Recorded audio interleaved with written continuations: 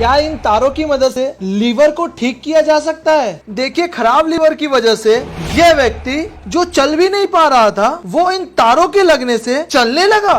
मैं सुधीर कुमार, जब मैं आया था तो मुझे प्रॉब्लम ज़्यादा थी, लेकिन अब इनके प्रयास से मेरा लीवर जो है ठीक हो रहा है और दिन प्रतिदिन मैं अपने आप को स्वस्थ महसूस कर रहा हूँ। पहले आपको चलने में, सीढ़ी चलने में भी थोड़ी तकलीफ होती थी, लेकिन अब मुझे सीढ़ी चढ़ने में कोई दिक्कत नहीं होती। मैं बगैर सहारे के चढ़ सकता हूँ सीढ़ी। अरे, ये अंकल तो सीढ़ियां भी चढ़ने लगे। मुझे तो विश्वास नहीं हो रहा है कि इन तारों की मदद से शरीर के अलग अलग नसों और पॉइंट्स को स्टिमुलेट करके खराब लीवर को ठीक किया जा सकता है। क्या आपने कुछ ऐसा होते हुए पहले देखा है? इन तारों की मदद से कैसे लीवर को ठीक किया जा सकता है? ये थेरेपी होती क्या है, कहां से आई है, इसको किया कैसे जाता है और इन पॉइंट्स की मदद से लीवर को कैसे ठीक किया जाता है? 4 स्टेप में होने वाली इस थेरेपी को स्टेप बाय स्टेप कैसे किया जाता है, जानेंगे डॉक्टर एस रंजन जी से। इनके लीवर कार्सिनोमा के लिए इनका ट्रीटमेंट चल रहा है। के लिए LV3 एक्यूप्रेशर पॉइंट पर व्हाइट मैग्नेट लगाकर मैग्नेट से मैग्नेटिक ट्रीटमेंट और आयन पंपिंग कॉर्ड से ये आयन पंपिंग कॉर्ड का एक्यूपंक्चर, ये जापानीज मेथड है।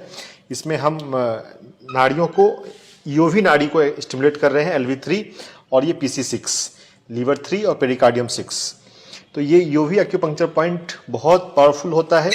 इससे इनका लीवर जो है वो एक्टिव होने लग जाएगा। और साथ ही साथ इनको डायबिटीज है तो SP4 एक्यूप्रेशर पॉइंट को स्टिमुलेट किया जाता है।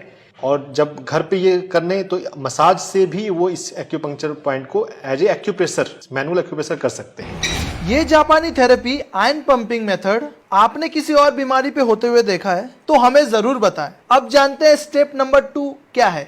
और साथ में मैं इनको घर पर हल्दी लगाने की कलर थेरेपी भी बताता हूं, जो लीवर मेरिडियन पर ये करते हैं दोनों पैर में। साथ में जब यूवी एक्यूपंक्चर पॉइंट हो तो यहाँ पर हम स्टिमुलेट करने के लिए मैग्नेट से यहाँ पर हम सिग्नल लगाते हैं कि वो बॉडी रिकॉग्नाइज करे कि इस जगह पे नर्वों को बढ़ाना है। ST9 पे भी, ST9 के विंड पॉइंट पे येलो मैग्नेट लगाकर सिग्नल बॉडी को दिया जा रहा है कि आप विंड ची, एक्यूपंक्चर में 5 तरह की ची होती है। विंड ची का सिग्नल है कि यूवी एक्यूपंक्चर पॉइंट वहां पर स्टिमुलस बढ़ाए। और नाड़ियों पर एक्यूपंक्चर शुरू कर देने के बाद फिर इनको मेडिटेशन में हम सांसों पर ध्यान लगाने के लिए बोलते हैं।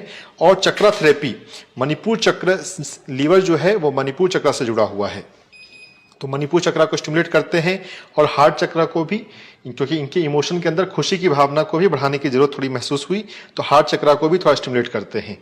तो मेन चक्रा वाला मेन काम पेशेंट खुद करता है, जो ध्यान के माध्यम से और सजगता के माध्यम से हो रहा है। बाकी थोड़ा हाथ रखकर थोड़ा टच थेरेपी से भी एनर्जी को थोड़ा भेजा जाता है। टच थेरेपी से, एनर्जी थेरेपी से इनका मणिपुर चक्र स्टिमुलेट अगर मैं करता हूं तो वो थोड़ा टेम्पररी होगा। लेकिन जब पेशेंट मेडिटेशन के माध्यम से और संकल्प के माध्यम से, प्रार्थना के माध्यम से अपने मणिपुर चक्र को एक्टिवेट करता है तो वो ज़्यादा परमानेंट होगा। तो जरूरत के अनुसार से कितना अर्जेंसी, कितना इमरजेंसी है, टच थेरेपी से हम भी करते हैं और पेशेंट को भी करने के लिए बोलते हैं। जो पेशेंट जो करेगा वो लंबे समय तक टिका रहेगा और उनको, तो अब मैं इनको प्रॉपर ध्यान करवाता हूँ। डॉक्टर साहब ने योग निद्रा या आसन में बैठना सिखाया हमको, उससे भी मन हमारा काफ़ी मजबूत हुआ है। तो मैं तो हमेशा इसी बात का धन्यवाद करूँगा कि डॉक्टर साहब हमेशा सबका सहयोग करते रहे। लेकिन अब मुझे सीढ़ी चढ़ने में कोई दिक्कत नहीं होती। मैं बगैर सहारे के चढ़ सकता हूँ सीढ़ी। मेरी एनर्जी लेवल भी आगे से काफ़ी इम्प्रूवमेंट हुआ है। मैं डॉक्टर एस रंजन, दिल्ली से, द्वारका मोड़। इस वीडियो को ज्यादा से ज्यादा लोगों तक पहुंचाएं। जैसे सुधीर कुमार जी की जिंदगी बची है, वैसे किसी और की जिंदगी बचे और वो आपको दुआएं दे।